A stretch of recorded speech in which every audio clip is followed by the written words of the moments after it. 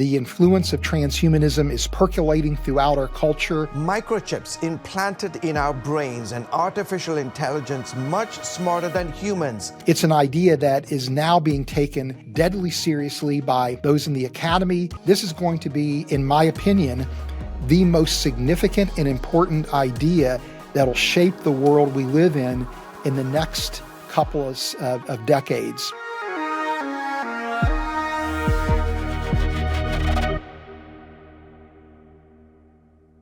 Ladies and gentlemen, welcome back. I'm joined again by Dr. Fuz Rana. You might recognize him from last month where we had a really awesome conversation about molecular biology and really honestly a lot of different topics therein. Today, he's been gracious enough to have me to allow me to have him back on the program to talk about transhumanism. So Dr. Rana, thank you so much for being back. Brandon, thanks for having me. You didn't have to twist my arm too hard to get me to come back on. I appreciate the invitation and the interest in what we're doing here at Reasons to Believe. So thank you. You guys have got quite the team. And as we were, just chatting before we started recording here, you said that the topic of transhumanism sort of sells itself, or like there's a lot of interest that people have about this topic. I agree with that. I myself am in that category of very interested in this and what its implications are and all of that. I'm super excited to talk about this. Can we just start with broad definition? When we say transhumanism, what are we talking about? And then can I also just add on that, why should anybody, religious or not, care about this topic? Yeah, that is a really important question that you're asking. And in my experience, people are not oftentimes familiar with the term transhumanism, but they are familiar with the concepts that are connected to transhumanism because people watch science fiction movies, they read science fiction. If they're like me, they read comic books and they're familiar with, the ideas that really are the foundation for transhumanism. And in a nutshell, transhumanism is this philosophical movement where the objective is to utilize technology to modify human beings so that we have greater intelligence, greater physical capacities, and greater psychological well-being. In other words, the people that advocate for transhumanism see it as a moral obligation. And let me give emphasis to that phrase, a moral obligation. They are deeply committed and are strong advocates for using technology to enhance human beings, to correct our flaws, to transcend our limits as organisms, because they see those limitations, those flaws, as causing pain and suffering. So the idea is that with technology, we can actually create a utopian type of future. Some transhumanists even go to the extreme of arguing that we really should take control of evolution itself using these technologies and modify human beings to such a degree that we would no longer recognize what we have created as human beings, that we would create successors to humanity. But these successors would be species that would be ideally suited to the technological world that we're creating. This is transhumanism in a nutshell. This idea was a fringe idea in the academy it's been around for well over 100 years. It's been a fringe idea in the academy, and given some recent advances in different areas of biotechnology and bioengineering, it is now propelled into the academic mainstream because the transhumanist vision is now actually possible because of technological advances. It's an idea that is now being taken deadly seriously by those in the academy. The influence of transhumanism is percolating throughout our culture at large. This is going to be, in my opinion, the most significant and important idea that'll shape the world we live in the next couple of decades. And as Christians, we need to be equipped to engage these ideas of transhumanism. Even if you are a non-Christian, the ethical issues that are connected to human enhancement are enormous. But this also raises fundamental questions about who are we as human beings. And for Christians, it raises questions about is the human condition actually sacred? Are human beings rightfully understood as image bearers? And then it also has implications for the gospel, because even though transhumanism is couched in scientific and technical language, it's a religious idea at the end of the day. People are looking to science and technology to save us. And so it's becoming a type of gospel itself, particularly for people who hold to a materialistic, naturalistic worldview. But even for people who don't, there are elements of transhumanism that are incredibly appealing to even people of faith. This is an idea that has broad-ranging implications. We have to engage it because these advances are happening, and they're happening rapidly, even as we speak. So let me ask you this. Where's the line of demarcation between like a knee replacement surgery, which I think everyone would say is a good thing, and I think if any Christian person were to say it's not, then it's like, whoa, you might be on the wrong side of history here, because this is just using technology to help people walk or whatever the case might be. But where I'm sensing in what you're kind of poking at here, that there is, and I want to get into the philosophy that undergirds it in a second, but even let's just talk just the objective realm of what we're talking about. Why am I kind of hearing a hesitancy or like a danger or a risk within some of this stuff? And like, where do you draw the line from, we're using modern medicine, we're using our imago Dei in a good way to improve human flourishing. Where's the divide there? Yeah. This is a really difficult question that you're asking, and I've thought about transhumanism now for maybe close to a decade, and I'm not sure that I can even still answer that question.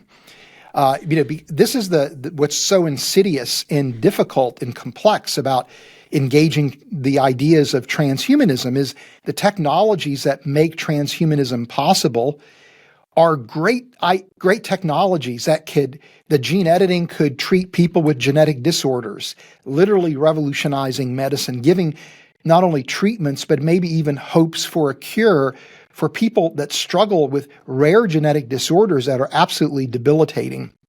Or the brain-computer interface technologies that could allow for the creation of human cyborgs actually can be used for wonderful humanitarian purposes, giving people that are locked in, that can't communicate because of a brain injury or a stroke, the ability to communicate their ideas with others.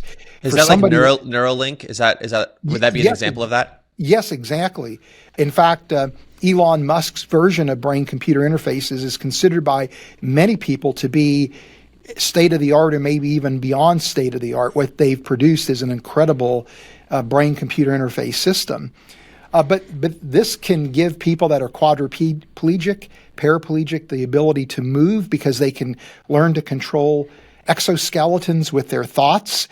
It can give amputees a new lease on life because they can learn to control robotic prosthetic limbs with their thoughts. But again, it can also be used to create human cyborgs. The technology that's used for treating genetic disorders can be used to create designer humans, right? And there's even advances happening in anti-aging. This is not snake oil salesman stuff. These are bona fide advances in aging, understanding the biology of aging and turning that understanding into medical treatments. In fact, there's a growing number of people in the medical community who think that aging should no longer be understood as something that's an inevitability, but rather it's something that we could think of it like a disease. And if it's a disease, it means we can treat it or cure it. And so people are looking at not only slowing down the aging process, but arresting it, maybe even reversing it, which now means that people could live for hundreds of years potentially. And this has ramifications that completely turn society upside down in virtually every aspect of our life. And so these technologies are incredible, right? I'm getting older. I want to live longer. I want to live a high quality life. Sometimes you go to bed at night and you get to play the game. What's going to hurt when I wake up in the morning? So suddenly there's a random pain that shows up out of nowhere. Right. And so, the prospect of anti-aging technology literally can make transhumanists of us all, because who doesn't want to do what we can to live longer, high quality lives? And so there's good that's in all of this technology, but it can also be utilized not only for enhancements, but then really for the fulfillment of the transhumanist vision.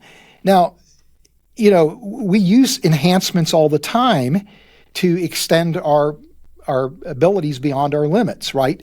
I get in airplanes, you get in airplanes, I'm sure. And flying is not natural for human beings, but we are able to utilize technology to shorten the distance between remote places in the world, so that really within a 24-hour period of time, you could almost go to any place in the world, which is mind-blowing when you think about it, right? So we use technologies all the time to enhance ourselves. But with the idea that it relates to transhumanism, we are actually modifying ourselves in order to do that. But, let's just use an example of an athlete, a professional athlete. If that athlete could actually amputate both arms and both legs and replace them with robotic limbs and become an even higher performing athlete, would they do it? And is that actually wrong in some way if this is part of the rules of the game? If everybody that's playing, in that particular sport is doing the same thing, right? Is that fundamentally wrong? Are we fundamentally altering who we are as human beings when we do that, right?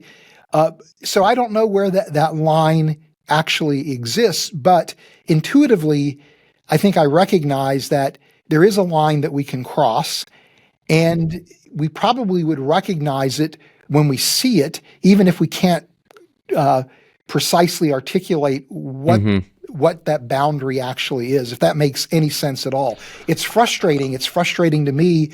It's frustrating to, I'm sure, others who ask that question, but I don't know that there's a clean answer to it. I don't know that enhancements in and of themselves are fundamentally wrong, but again, there is a line. Yeah, I think that makes sense. I mean, it's like the question of, it's like you pull on the thread of a sweater, and at what point do you no longer have a sweater? Like there's a certain point where you've fundamentally changed what the thing is, and now you just have thread.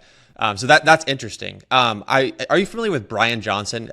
Some of what you were saying reminds me of him. They recently had a Netflix documentary about him. He's like this. Do you know who that is? Have you ever heard that name? No, I actually don't. So I'm interested. Go ahead. Okay, so he is I think either multi-millionaire or even maybe billionaire who is doing everything you can possibly imagine to not age.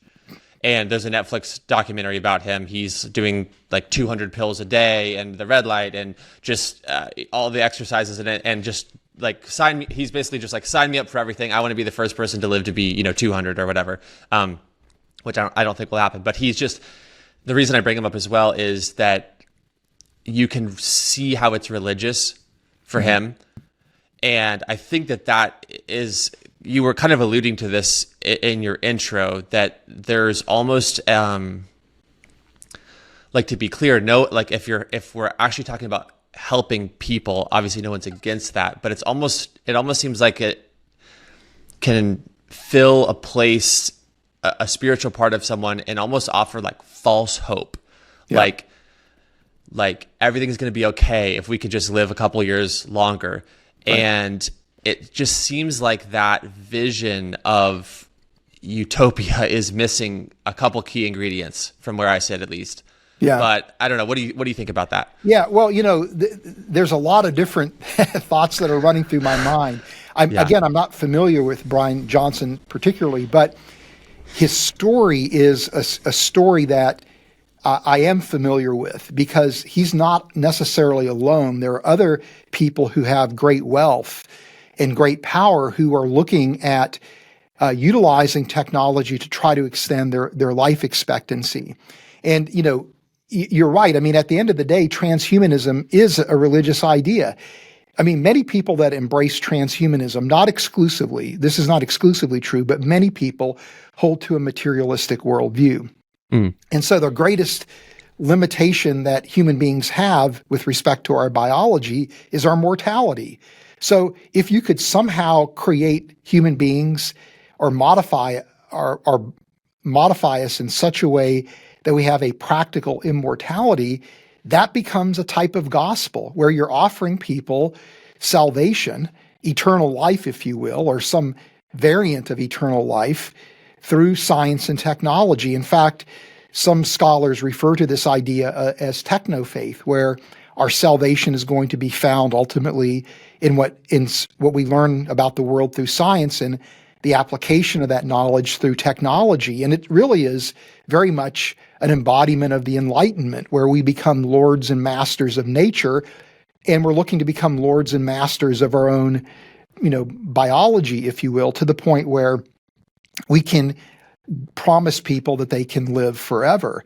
So this is a gospel, as you're pointing out, Brandon, and it's a competitor to the Christian gospel. We can get into this discussion. It's only going to deliver false hope at the end of the day, but for many people, that's where their source of hope is. So if you're a materialist, if you're an atheist, nihilism is the appropriate response to atheism. Nothing matters. There is no meaning or purpose. But suddenly with transhumanism, you can actually create hope, purpose, and destiny, for people. And for people that are secular, that are materialistic, this is going to be really appealing as a gospel. But also, there's another concern. A lot of this enhancement technology is, on one hand, growing in power and growing in accessibility. It's increasingly easier and easier to implement. It's more and more powerful.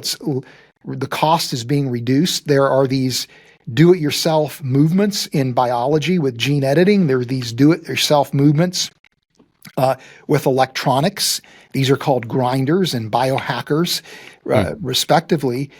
So people are looking to access this technology and apply it to themselves.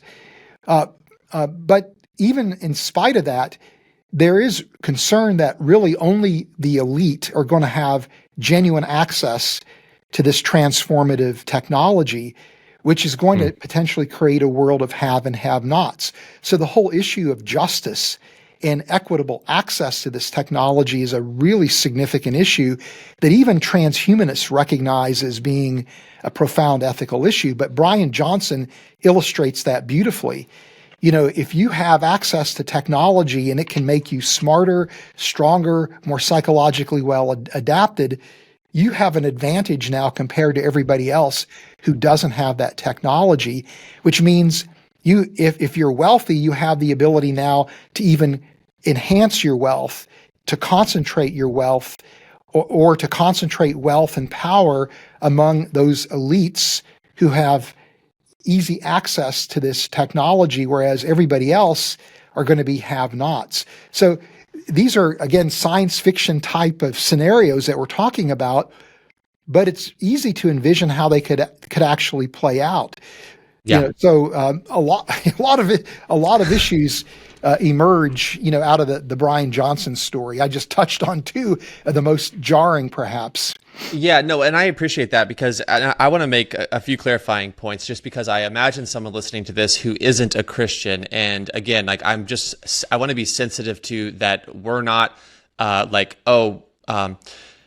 people shouldn't get the good life because God said so, or anything like that. Rather, it sounds like what we're kind of saying here is that there is another side to this coin, that there's a trade-off that's going on here, that there's some type of a Faustian bargain where, it might not all lead to good results. I can't help but think of, for example, the question, why were Adam and Eve kicked out of the garden in the first place? Because I believe that ties into this question. So I want to give you a chance to answer that question. And I also just want to make a quick comment on what you just said, where I think of Interstellar, the movie Interstellar, where the whole thing was, well, humans are really bad. Humans have ruined Earth. We need to go to a different planet so that we can get utopia.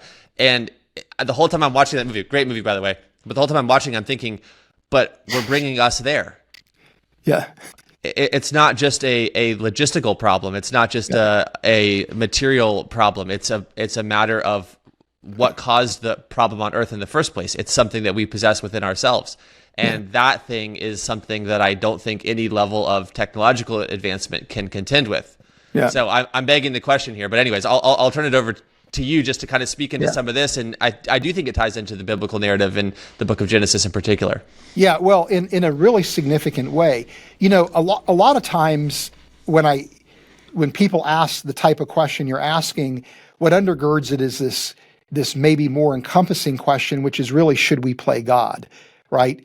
And there's a lot of sub-questions that are intertwined with that larger question.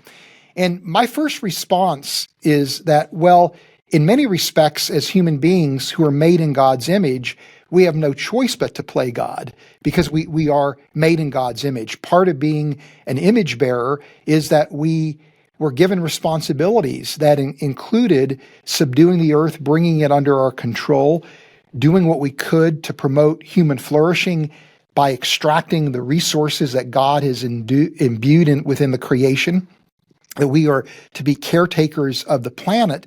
And this is a mandate for science. It's a mandate for technology. And so Christianity is not anti-science. It's not anti-technology. In fact, there's strong motivations for both of those things, right? And so when we talk about the idea of developing these technologies to help people that are suffering, these are wonderful things, or even technologies that enhance our capabilities beyond our natural limits. There's a place for that, I think, within a Christian worldview, at least within moderation, because we are co-creators in a sense. That if part of bearing God's image is that we are creators, then we are glorifying God when we do these things. The issue is not so much should we play God? The issue is, are we trying to take God's place?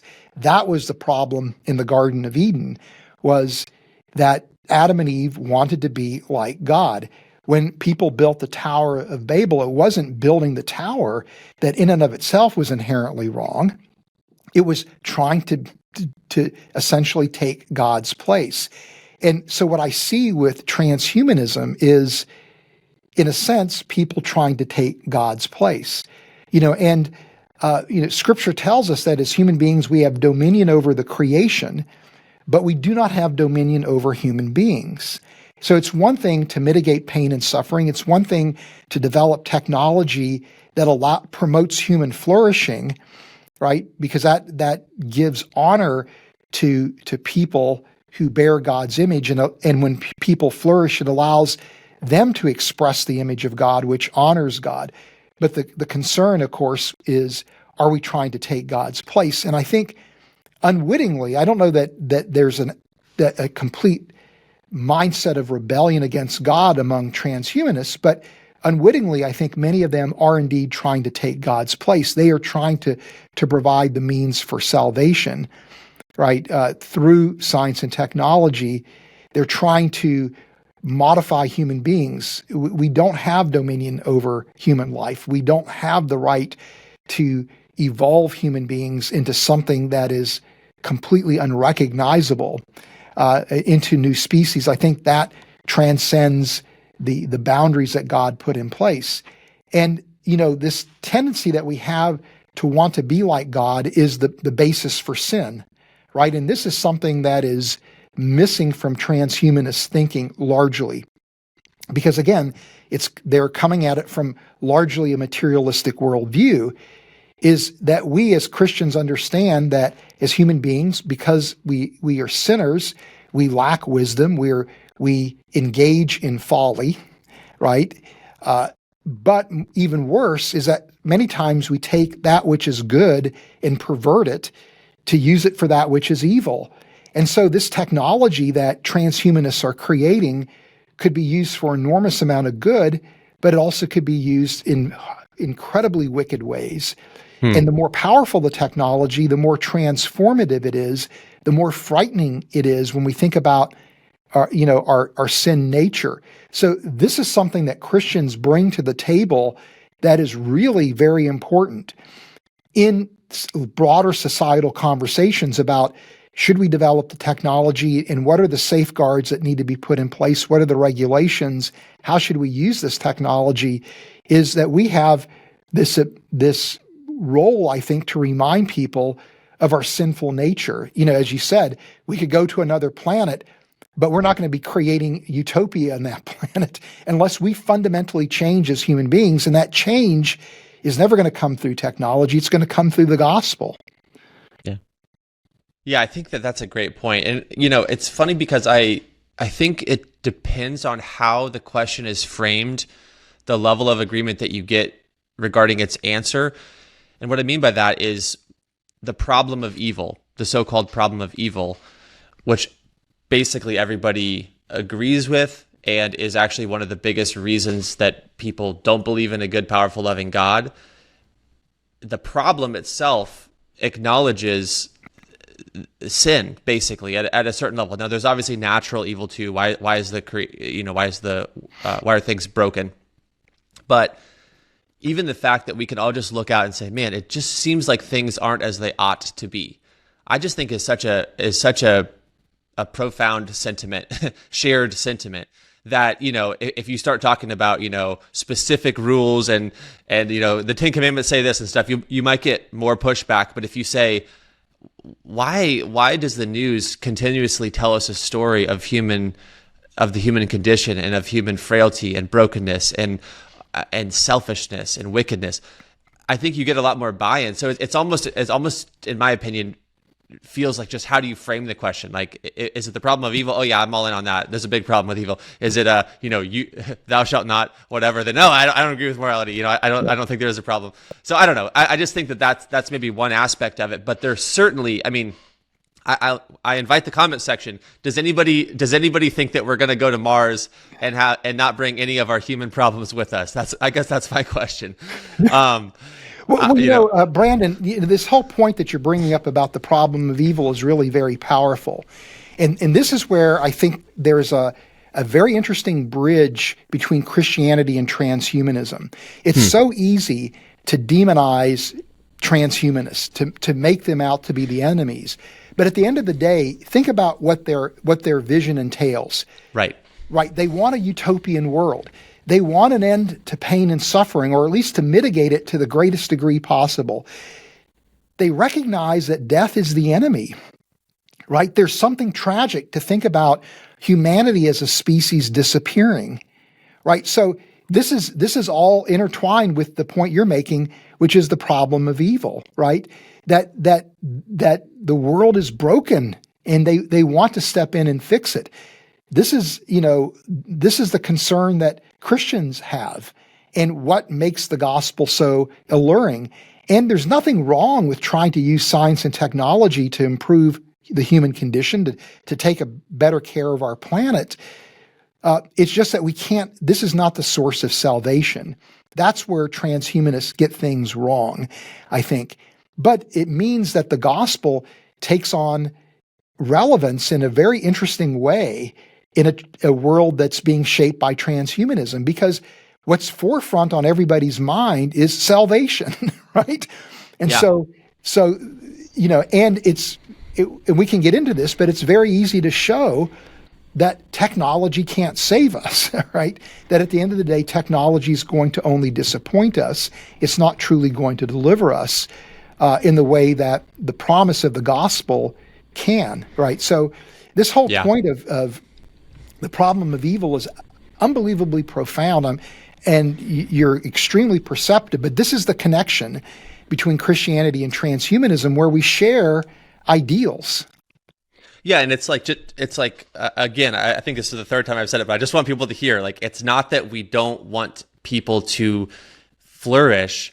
It's that seeing technology as the means to get there is like trying to put a Band-Aid on a bullet hole, and it's just not going to solve the deeper problem that it needs to. Also, can I ask you this? Because now you've got me thinking here. This is off the notes here, but this is, to me, interesting. When you talk about human flourishing in a non-theistic context, like in the way that Sam Harris will refer to, it sounds great when it's laid out plainly, but I always find myself wondering, according to who? And what happens when there's two different definitions of human flourishing? What happens when there's a certain group that defines the good life for themselves in this manner and another group that defines the good life in this manner, and those two things compete with each other, which is often the case. We could think of a lot of examples of that. What third thing do you look at to measure between Hitler's definition of human flourishing versus our modern American definition of human flourishing? And how do we know that either of those will still be the definition in 500 years? Yeah. Well, I mean, in many respects, I think what you're bringing up, Brandon, is really the fundamental problem, I believe, with utilitarian thinking, right? Because when you talk about human flourishing in the context of a secular worldview, of a materialistic worldview, you really, in terms of defining what is human flourishing, have to appeal to some kind of utilitarian model of some sort, some type of consequentialism, right? Where what determines whether humans flourish or not is really what are the consequences of certain decisions that we make. But you ultimately, have to define human flourishing in terms of, well, the greatest good for the greatest number of people, something along those lines, or you're minimizing pain and suffering for the greatest number of people. You're maximizing the good. And so it always means that you're left with the more fundamental question, what is good, right? What is pain and suffering? How do you quantify these things, right? And who gets to decide at the end of the day? Things can be rather arbitrary, and this is why I think the Christian worldview, again, is really very powerful.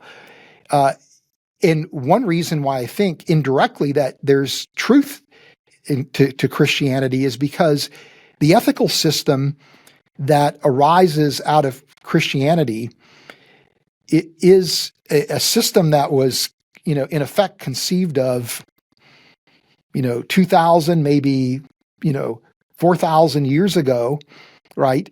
And it's all centered around the notion of the image of God, right? That because every human being bears God's image, every human life has infinite worth and value, which means that we want to do what we can to minimize pain and suffering. We want to promote human flourishing for the greatest number of people, but we always want to consider, the fact that there are going to be people that are on the margins, that we never want to exploit people in the process. So the Christian ethic, which is built around the image of God, is an incredibly powerful system that allows us to navigate things like transhumanism that the biblical authors in their wildest dreams would have never even imagined. That's amazing to me, to think that you've got this, this deontological system of ethics that is thousands of years old, that is so versatile, so powerful, that it can be applied to modern day situations highly effectively. So, to make a point that you've made before, again, to reiterate this point, I'm not opposed to gene editing. I'm not opposed to brain-computer interfaces. I'm not opposed to anti-aging technology. Enormous amount of good can come from these. I strongly support the development and the application of this. I'm not even inherently opposed to enhancement. It's just that, as you said, there's a dark side to this that we need to be aware of. We need to be sensitive to, because it's very easy to hit a point of no return, and we may be deeply sorry about where we're at and can't return. We really need to think through what we're doing, with this technology. But it seems to me that the Christian worldview and this concept of the image of God is powerful beyond first blush. When you really start thinking through the implications, Christianity promotes the development of science. It promotes technology, it promotes medicine, right? We want to see the world better, but we want to see it better for everyone, and we don't want to see people exploited. Whereas in utilitarianism, it's very easy to justify the exploitation of a small number of people if there's a larger overarching benefit. You guys know that I'm always trying to understand issues from different sides, not just my own. And so for that reason, I like a tool called Ground News. Here's how it works. Decline of Christianity in the U.S. has slowed and may have leveled off, Pew study says. And if we check this out, you can see total news sources, 95, left-leaning 26, right-leaning 24, center 20. So this is actually very centrist. You can see the bias distribution. You can actually look up the specific sources where they came from, where they fall kind of on the spectrum. And then you can scroll down here and compare headlines as well. Is Christianity making a comeback? Catholics are rapidly losing ground. Christianity makes a comeback. It's a really great way to just quickly assess narratives across the spectrum. Also, Ground News is running a really great deal right now, a discount. Go to ground.news/DDW to get 40% off their Vantage plan. That's the one that I use. Or you could just scan this code right here to unlock that very same deal. It's Ground News, folks. Now back to the video. Yeah, I really appreciate everything that you just laid out, and I have other questions I want to hit, but I just want to for a second circle back to where we were talking about the problem of evil, and kind of viewing it in light of sort of the transhumanist solutions to it. In the past on this channel, I've made the point that basically the cross is God's solution. The cross and the empty tomb are God's solution to the problem of evil. And I've read comments where people have said, well, then it's a really bad solution because, my grandpa died, or whatever the case might be. Basically, the idea being that 2,000 years have passed, the world is still clearly broken. And so if transhumanism offers a immediate solution to my grandpa didn't have to die, I can see its appeal. But can you kind of help that person sort of unpack or rather understand God's solution to the problem of evil and what it's aiming at? And even maybe, I don't even know if you have any thoughts on this, because it's really seriously something I'm still thinking through, the sort of process of how God's going about doing it versus sort of, again, the technological solution. Yeah, well, great question. In my mind, I would agree with you that the ultimate solution to the problem of evil is the cross and the empty tomb. I think that is the only solution really to the problem of evil.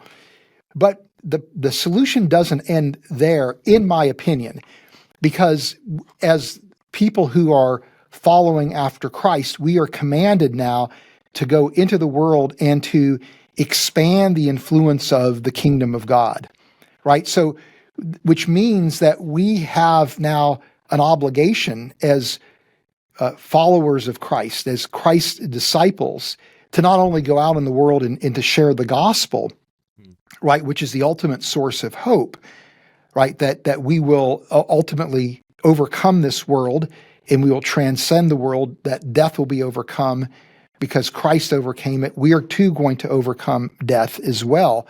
But that while we are waiting for Christ's return, we have an obligation to go out into the world as people that are redeemed and to try to make the world a better place. Can we correct injustice in the world? Can we mitigate pain and suffering? Right? Can we promote human flourishing, which is an idea we've talked quite a bit about, right? And if we actually, as Christians, live out the gospel in its full ramifications, where it's not only restoring our relationship with God, but restoring our relationship with other people, restoring our relationship with the creation itself, that if we are able to live out the gospel as redeemed people, that indeed the pain and suffering in the world will be mitigated increasingly over time, right? We're never going to fully overcome this world. That is ultimately what Christ will do. And the kingdom of God is here, but not yet fulfilled, and it'll only be fulfilled when Christ returns, right? So that is the promise, that is the hope that we have. It's an already but not yet solution to the problem of evil, if you will, right? And my colleague Hugh Ross oftentimes will say, well, Christianity really presents a to-creation solution, to the problem of evil, where we can do what we can in this creation to mitigate the effects of evil in the world, moral evil and natural evil, if you will, quote unquote natural evil. But that when we're promised a new creation where there's not going to be pain and suffering, where it's going to be a genuine utopia, right? I can't imagine what that world is going to look like other than this is what the promise is. And so we have to wait for the ultimate solution to the problem of evil. But there are things we can do as Christians now that give people a foretaste of what that is ultimately going to be like, what that's ultimately going to be about. And, when you think about it, in many respects, Christianity is a type of transhumanism, right? Because, if you look at what the Apostle Paul writes in 1 Corinthians, where he talks about the resurrection body, is that we are promised, a body when the resurrection happens, and that body is going to be something that we can't imagine, but it's going to be a body that makes us perfectly suited to the new creation, where again we're not going to suffer from the things that we suffer from. So it's not I hope this answer is satisfying, at least for people that are struggling with very real, issues that just break your heart, right?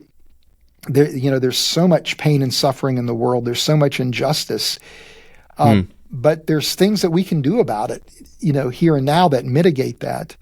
And I think maybe why people don't see the Christ's death on the cross and the empty tomb as really the best solution and the only solution to the problem of evil is because as Christians, maybe we don't live up to the expectations that God has for us.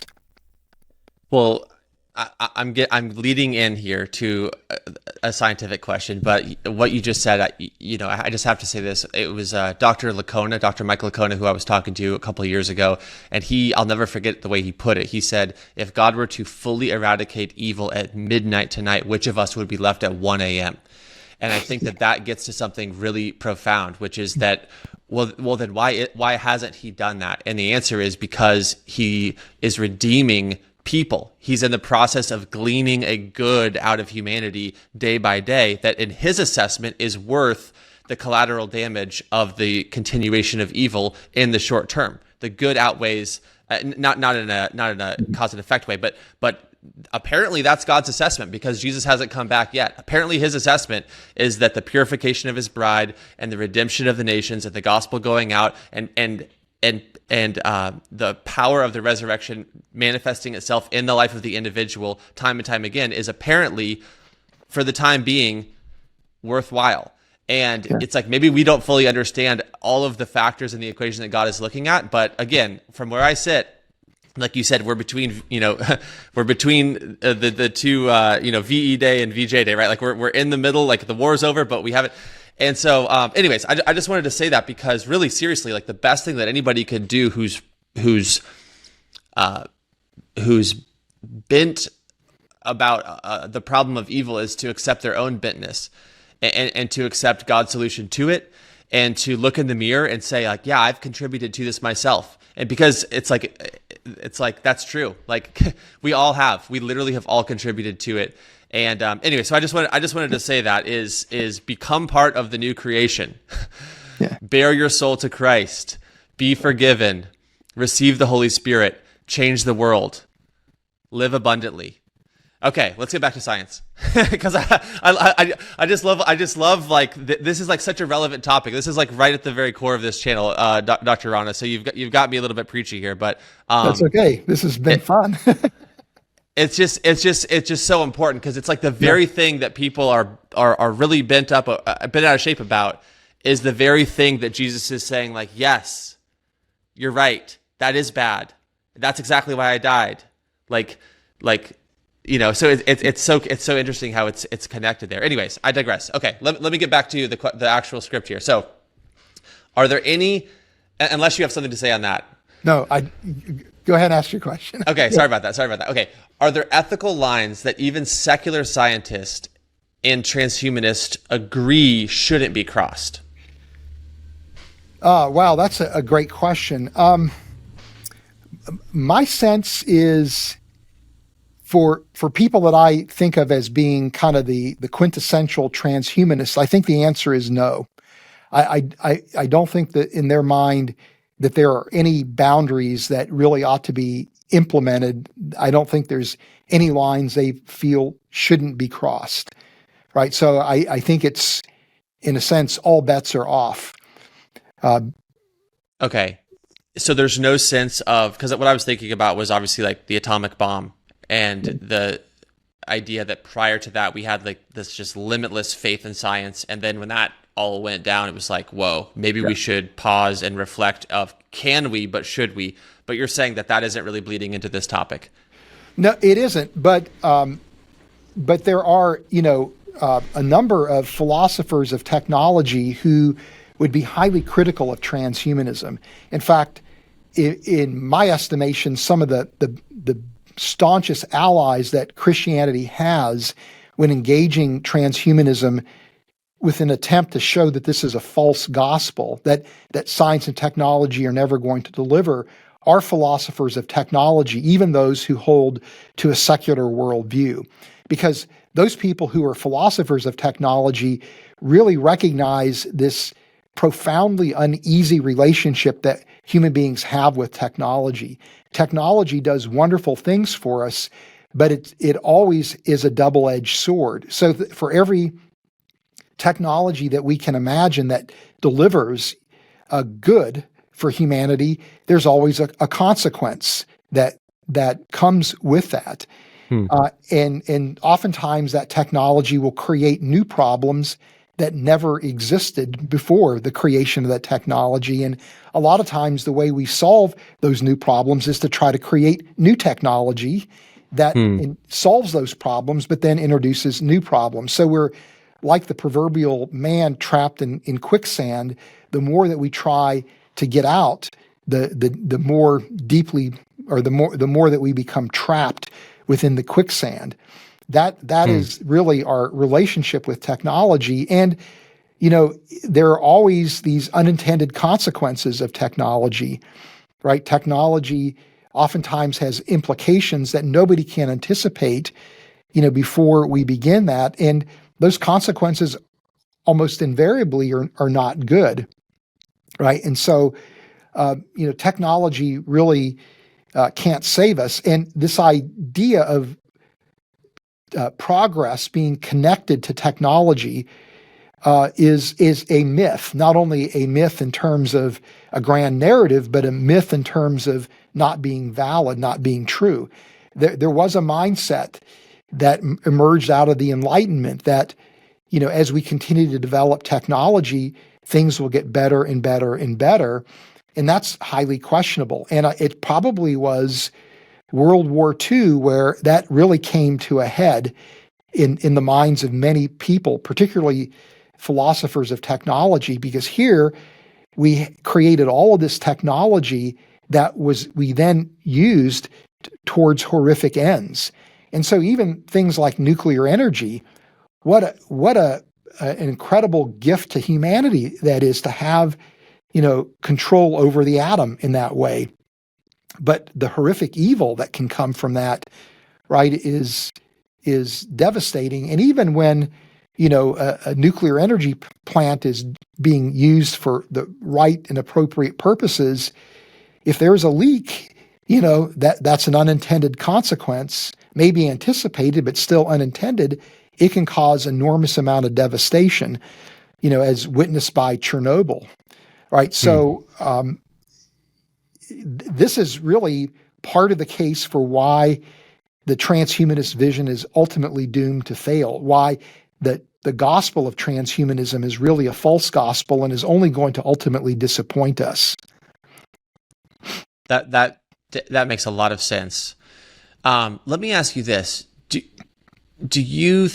how successful do you think that we can be at this effort? Whether or not we should is kind of what we're discussing. But do you think that there are certain parameters in place, I guess, by God as part of, I guess, the curse or something, where certain things just won't be possible? Or do you think that, like, how far do you think we can get with this? And let's say that we're given like 500 years. Yeah. Well, this is a really good question.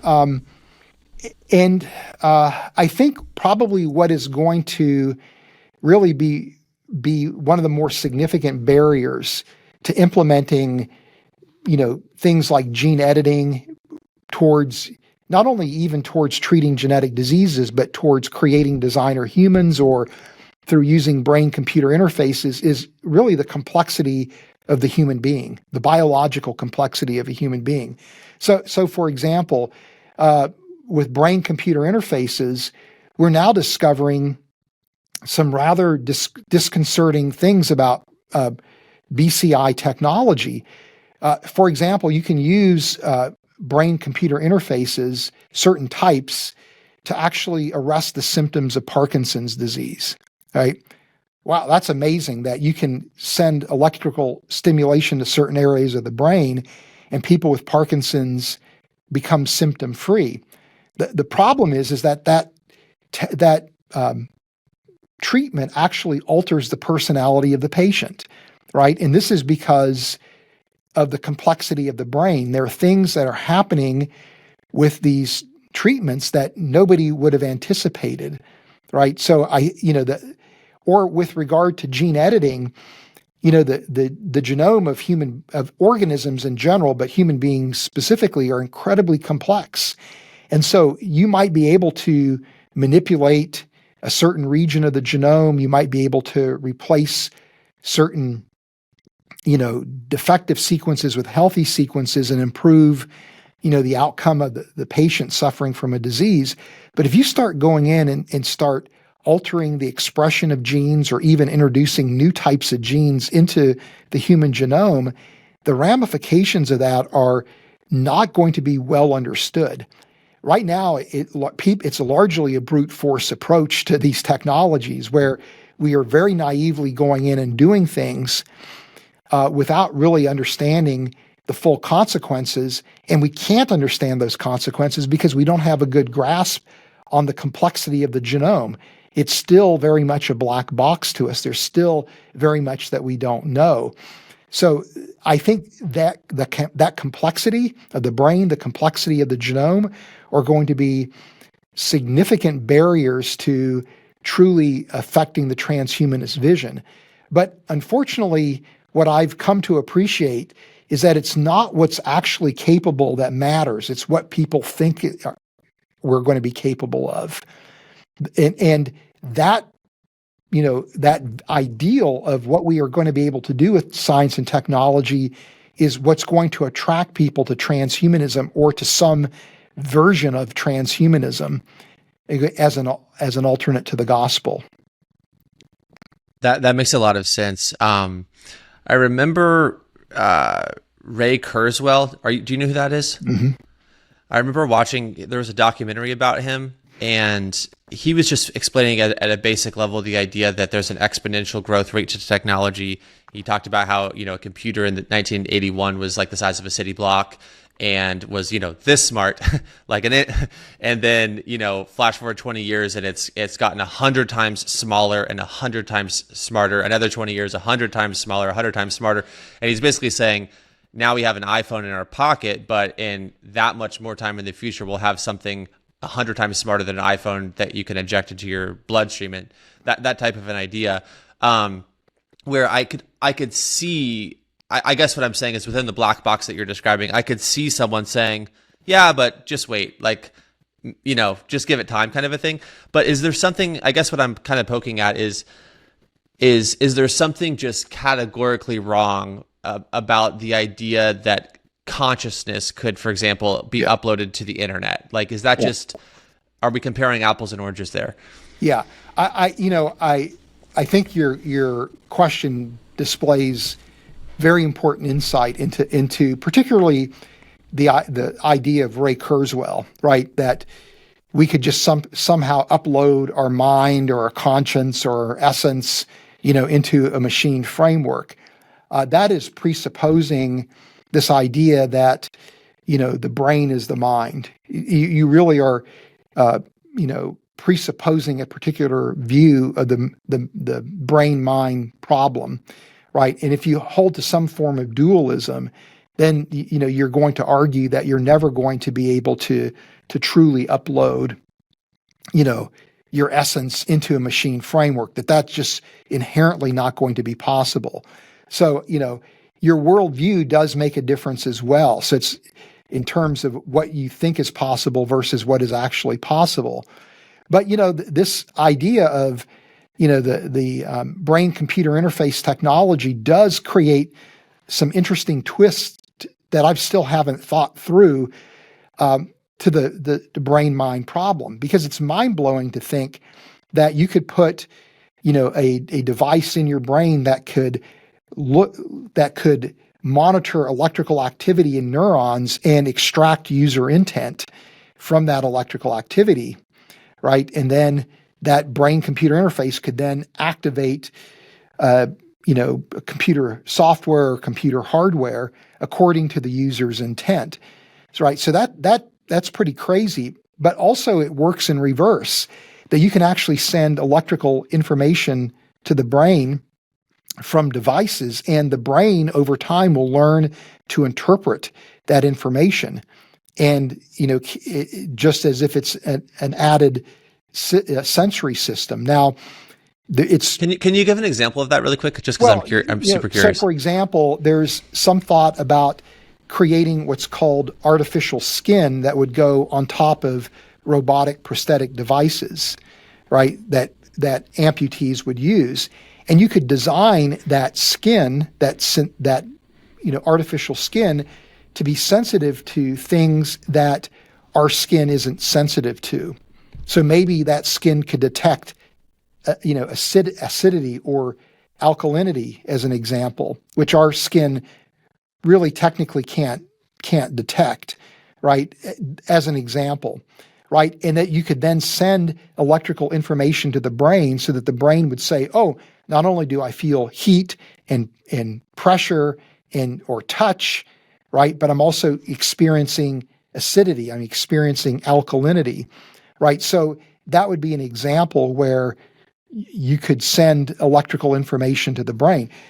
There's some interesting experiments that are also very concerning, where people are actually looking at tethering brains together with brain-computer interface technology, where you could develop a BCI that could extract what is that individual thinking, and then transmit that information via Bluetooth through the internet to somebody in another part of the world who has a BCI, and they could actually know what you're thinking or what your intention is, right? And that you could even begin to look at how could minds collaborate together through BCI technology.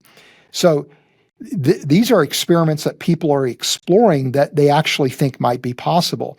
So the fact that you could transmit that type of information back and forth, could you transmit I don't know. Could you transmit memories back and forth? Could you transmit experiences back and forth? Right? Even in addition to user intent, these are things that people are exploring, and this really, I think, raises some questions about the brain and the mind, right? That are very interesting, and even questions about our identity as a person, and is there a boundary where our identity would be lost? So these are some of the very complex, ethical issues that are arising out of things like BCI technology. I was having a conversation a couple weeks ago with an atheist named Alex O'Connor about this brain-mind topic, and I was using the analogy of an author in a book, and I was just saying, because he said, once you establish that there's a bridge that connects the immaterial mind to the material world, the material brain, then it at least is possible that bridge can go the opposite direction as well. And I was arguing, yes, I can see how a bridge, can allow for multi-directional, crossing. But I said, it just seems a lot more likely that the mind of an author would create a book than. Yeah. And then he said, well, it's not the book though. It's a matter of substance. Yeah. And he goes, because, it's ultimately the mind affecting the brain affecting the hands affecting the typewriter affecting and then the book is created. But I think the reason I bring that conversation up is that if it is truly a matter of substance, then am I wrong in saying that a brain is of the same type of substance as the book, meaning ultimately atomic? Whereas the mind, if dualism is true, if there really is a mind that is distinct from the brain, then that would be of a totally different type of substance. Yeah. And then the question arises, do we have any examples or evidence of something going upstream from matter to immaterial? Because if materialism is true, then the mind has to be a byproduct of the brain. Right. And so I guess I'm asking you that question because I've been mulling this over the past couple of weeks, is do like everything that you just laid out seems like it's an example of brain to brain, or it all kind of feels like it's inside of the material substance. But like, is there anything where we can see mind coming, like being downstream from matter? Yeah, I mean, that's a great question. And, this general question that you're raising is something that I've thought about too, in a different context from, maybe the mind-brain problem, but it's related to it. And a model that I found to be helpful, it's a rather simple model, but I think it's helpful to think about these things, was presented by a Christian neuroscientist by the name of Matthew Sanford, sorry. And he was at one time at Baylor University. He wrote a really interesting book called The Biology of Sin. And in this book, he presents a model that I think is helpful, where he talks about the idea that there is the brain, the mind, and then the spirit. And so we might think of maybe the mind and the spirit as being the soul, right? So you could preserve some kind of dualism in that way. But his point is that you cannot think of these things as being, isolated from each other, but they are interacting with each other and they're influencing one another. So, for example, Paul, writes, no longer be conformed to the patterns of this world, but transform yourself by the renewing of your mind. And so the idea here would be that the things that you think about can influence your brain and, the way you think, right? But you can also have organic issues with your brain that could influence your mind and influence your spirit. And then when you're born again, of course, you have a renewal of your spirit, and that can influence your mind and can influence your brain. So he sees this as kind of like a three-way dynamic interaction between the brain, the mind, and the spirit, which I think is really very helpful when you start thinking about these types of phenomena that you're talking about, and very well could be a useful model in terms of even thinking through brain-computer interface technology. But, one of the concerns, and I mentioned this earlier, is that, these BCIs seem to alter the personality of the patient, right? And you also have questions too about autonomy, because the more sophisticated brain-computer interfaces are actually using machine learning algorithm in which you train the BCI based on asking the subject to imagine different actions, and then from that electrical activity, the BCI is interpreting user intent and then is executing some kind of action. But the question becomes, would that patient, apart from the BCI, actually elicit the same action as they do in collaboration with the BCI? And who's actually making the decision? And is the interpretation of the BCI the correct interpretation? So you wind up with this very interesting collaboration. But the fact that you are able to alter personalities, or you are able to, or we are raising questions about, really, is this the bona fide intent? Again, I think has bearing on this brain-mind problem, maybe in ways that we've not traditionally thought about it. But I think this model of Matthew Sanford is really very helpful in terms of, because now you're recognizing that there is a role that the brain is playing, right? But our mind is also playing a role, and that we're not a ghost in the machine, but there's a holomorphic union, right, of the material and the immaterial. Yeah, and I think, just to be clear, like I obviously the interaction between these different components is clear. I even, with what you're saying about personality alteration, I even go all the way back to Phineas Gage, right? The classic example in psychology of the railroad spike going through his head, and he survived, but had a very different, much worse personality after that. So I think that makes a ton of sense. Like if you damage the brain, the personality is affected. So interaction seems to be clear to me. I guess what I'm trying to say, though, is that we have millions and millions and millions examples of mind creating matter, or people creating things. And I'm not aware of any example. I'm talking about creation specifically. I'm not aware of any examples of it going the other way, where, and this is clearly a straw man, but like two rocks bounce together and then all of a sudden one of the rocks starts talking. Or something like that, where, and maybe I'm missing something. Maybe you did answer that in the answer that you just gave, but I'm not just talking about interaction between components of what a person is, but I'm talking about causal, a causal relationship where like something that we would call consciousness or mind emerges out of matter. Yeah. I don't know if that makes sense. No, it does. Now, I appreciate that clarification. That's actually helpful. Yeah, I think I would be in agreement with you that even some of the things that we're seeing with BCI technology, it's more that you're giving additional information to the brain, right? You're getting input into the brain, but, are you actually formulating, thoughts, I guess, right? Or you, yeah. So I think I would be in agreement with you that I'm not sure that these BCI experiments are undermining the question that you're raising, right? In the point that you're making by raising that question. But that is really interesting that we're at that precipice where we can push buttons and kind of interact with the brain at that level of intricacy. That's actually, I didn't know a lot of that. That's wild. We're in the Wild West.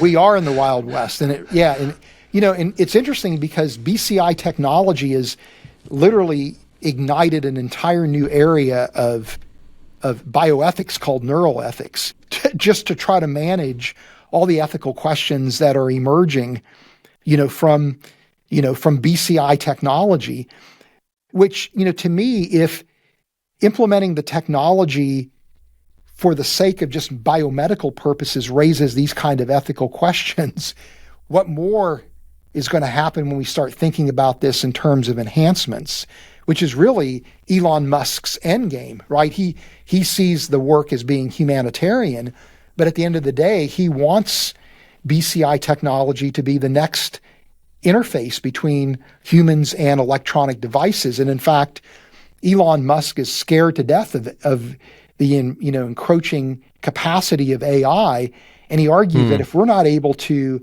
interface our brains to computer systems, we're never going to have the intellectual capabilities of competing with AI systems.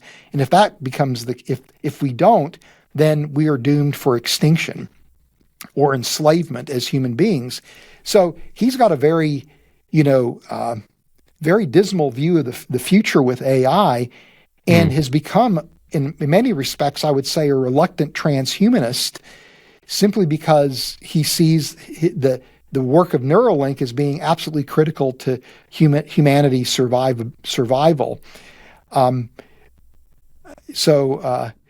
that is, I didn't understand. I'm so happy that you just said that, because I always wondered. I remember watching a few different podcasts with Elon years ago where he was really strong against AI.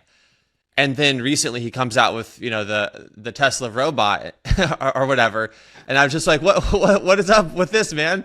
But what you just said is that makes sense of it. So you're saying his entire effort towards transhumanism is basically a defense mechanism against what he fears coming down the pipe from AI. That is my understanding, based on the things that I've read about the motivations behind Neuralink, right? But the irony is that the more sophisticated BCI systems rely on artificial intelligence for them to work. So you almost have to create an AI system to support the BCI for more sophisticated applications in order to survive AI. AI technology. It's there's a little incoherence in that.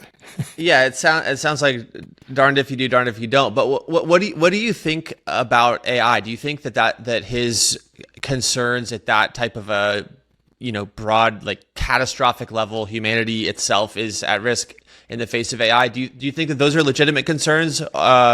Or I don't know. Just I don't want to lead the question because I really don't know. But I'm just curious to hear your perspective on AI.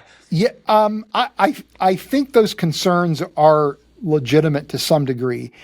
To me, what's maybe more concerning would be that as these AI systems become more and more sophisticated, we have we have less and less of an understanding of what they actually are doing, and they are behaving in unpredictable ways. And so if we start ceding control of, let's say, the electrical grid, right, to AI-powered systems, which can create, can create high levels of efficiency and protection in the electrical grid, are we making ourselves vulnerable because these AI systems may actually behave in ways that surprise us or that are unanticipated? That perhaps to me is more of a concern than some kind of uprising of the machine, so to speak, right? Something like that. The one thing that I think needs to be factored into this is that these AI systems, as they become more and more powerful, require enormous amount of energy and essentially in computer hardware in order to operate. So Google is using huge amounts of energy in order to run their AI systems. We're going to reach a point where those are going to present limitations to AI, to the advancement of AI, perhaps more so than what the technology is inherently capable of. So that's something else to factor in. But this is where the world of biotechnology becomes interesting, because a lot of these AI systems are powered by neural networks, which are these networks of microprocessors that are designed to mimic the interaction of neurons in the brain.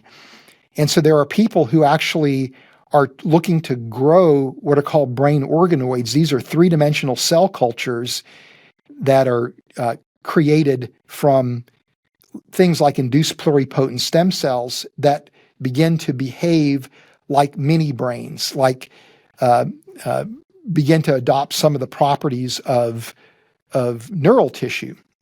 And they're a great model to study the process of development and the behavior of neurons in a relevant, biologically relevant context.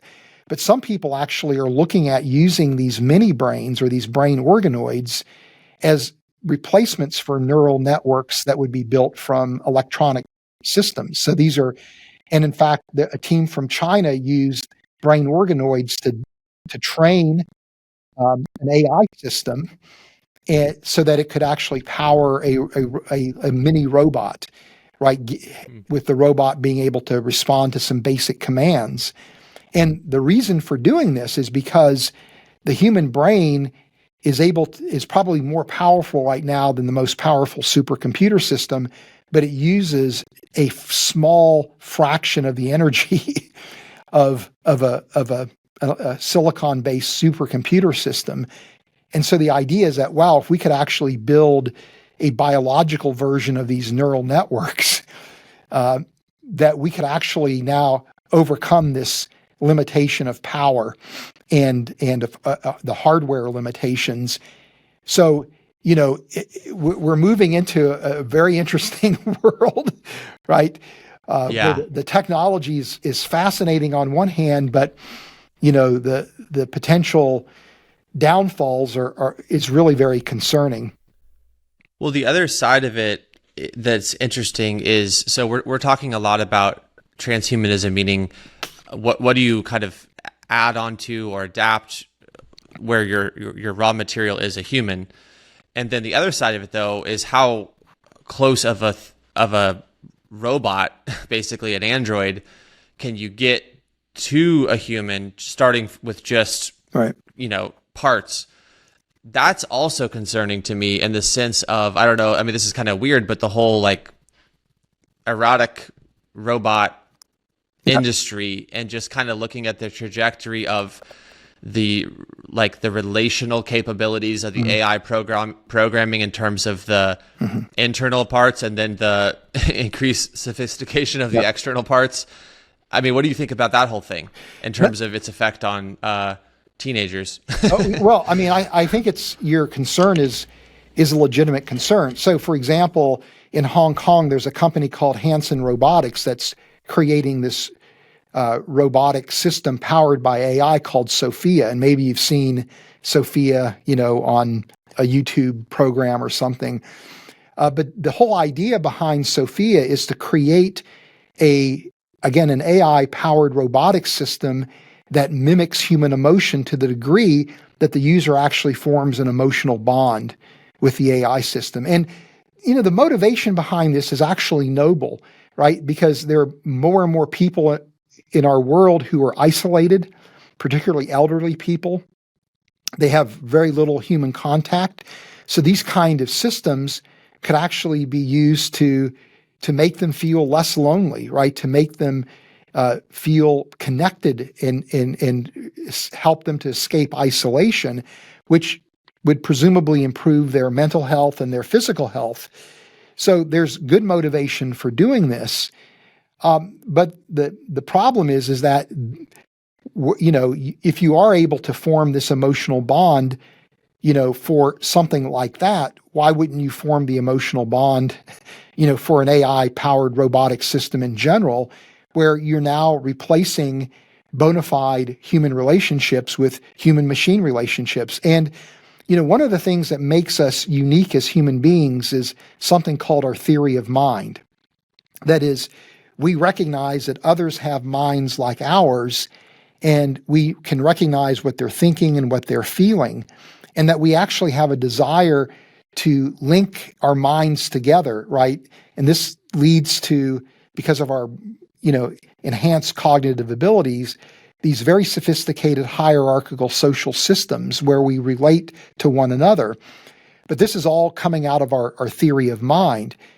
But because we have theory of mind, we anthropomorphize, which means we treat our dogs and our cats like they are human beings. We attribute human motives to them and human feelings to them, which they don't really have, right? Or we do the same thing with machines, right? We personify machines. Well, think about an AI system now that may be fundamentally different than a human being in terms of its ability to process information. But because we've made it to mimic human beings so closely, and because it mimics human facial expressions, we actually are going to think of it as being just like us in some capacity. And that's going to lead to this motivation to grant personhood to these systems and all kinds of weird things. But we're going to end up forming relationships with machines that are, I think, inherently unhealthy, right? And what influence now could that AI system have on human beings and human behavior if somebody that programs it is nefarious, right? Or what if there's an unintended consequence in the programming? It behaves in ways that we can't imagine. There could be an influence on human users that stems out of that relationship that could actually be extremely unhealthy, not only for that individual, but for the people that person in turn interacts with. Okay, so that's helpful because you a second ago when you were talking about the electrical grid as an example of a real huge risk of AI going haywire. I want to make sure I'm getting your perspective right here. So, is it the equivalent of like when you're doing like image generation with AI and it produces like a sixth finger, or the fingers are kind of weird? You're just saying a imperfection of the technology, but not necessarily like that the technology learns that it's itself at risk because it was programmed by people, so it develops a defense mechanism against humans or something. Like, are you saying it's more of just like the error of the programmer as opposed to the classic Hollywood scenario? Yeah. Is I guess I'm asking you, how likely do you think that is, if at all? Yeah. Well, I mean, I think both are very real risks. Okay. Right. In a sense, they're kind of interrelated to each other, at least in my mind, is that you very well could want to program the AI system to be, completely beneficent towards human beings. But again, there may be something that goes wrong in the training, or because these systems are so complex, AI systems hallucinate, right? So if you ever use, like on Google, the Gemini AI system, sometimes it'll actually reference articles that don't actually exist, right? This is an example of hallucination, right? And so, it's quite possible that, you could have, something like that happening in such a way that either you are subtly influencing the user, in ways that are really unhealthy, or that the AI system actually develops, a hatred of sorts towards the human user, right? And very well could again do things that would be overtly and deliberately unhealthy for that person or harmful for that person. But both are actually manifestations, I believe, of the same fact that we don't really understand what AI systems are doing. One thing that seems clear to me, and I want to respect our time, and I'll try to bring us towards some kind of conclusion here, but one thing that seems pretty clear is that there isn't going to be a real pumping of the brakes on any of this. It just seems like everything is all systems go, and there's just too many cooks in the kitchen where there's no going back. I mean, I don't know if you would agree with that or not, but everything I see, it just seems like the cat's out of the bag. So in light of that, you agree with that premise? Yes, I do. Yep. Okay. So in light of that, how do we respond? Because I know that, it's like we've not been given a spirit of fear. We have a mission. We have hope. We have the light of the world himself. And yet it does seem like the world is changing real fast. How I guess, to end on a note of, addressing sort of that tension, and I'm sure what some people listening to this conversation are feeling. How then shall we live? Yeah.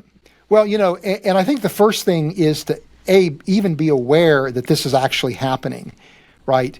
And to accept the reality that this is happening. I see a lot of Christians oftentimes just simply dismissing these types of things as either not being important or we're never going to really do this. And I think that approach isn't good. It's not good to just simply condemn it, because it's going to happen whether we condemn it or not. What we really need to do is engage it. And this goes back to a point I made earlier, and that is the Christian worldview is a very powerful framework to think about how to responsibly develop and utilize technology, including things like transhumanism, like AI technology, other types of emerging biotechnologies. And so we need, first of all, as Christians, to make sure that people respect the fact that we really understand the technology, that we appreciate the positives and the benefit of the technology, but that we also are willing to raise difficult, challenging questions that hopefully help people to, recognize that there are limits that maybe we shouldn't cross. There's boundaries we shouldn't cross.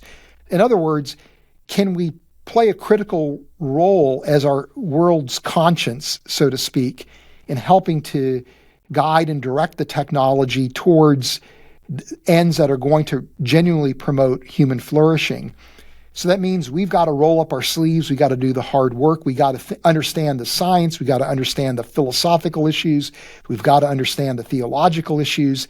There's just no escape of the Christian community becoming well-informed and important dialogue partners to our world that people seek out because they see the value of the Christian worldview.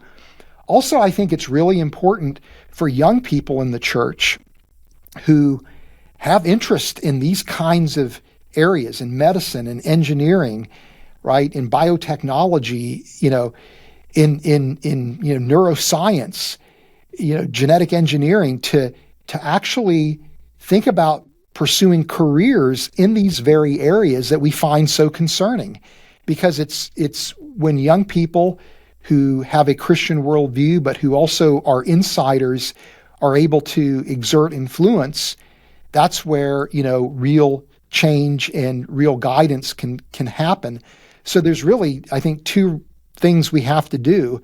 One is, as a Christian community, we really have to become credible as we engage these topics, and we really want to foster an environment where young people in the church see this as part of their calling, that they can serve God by working in these areas as opposed to avoiding these areas because of the complexities, the theological and philosophical complexities of these areas.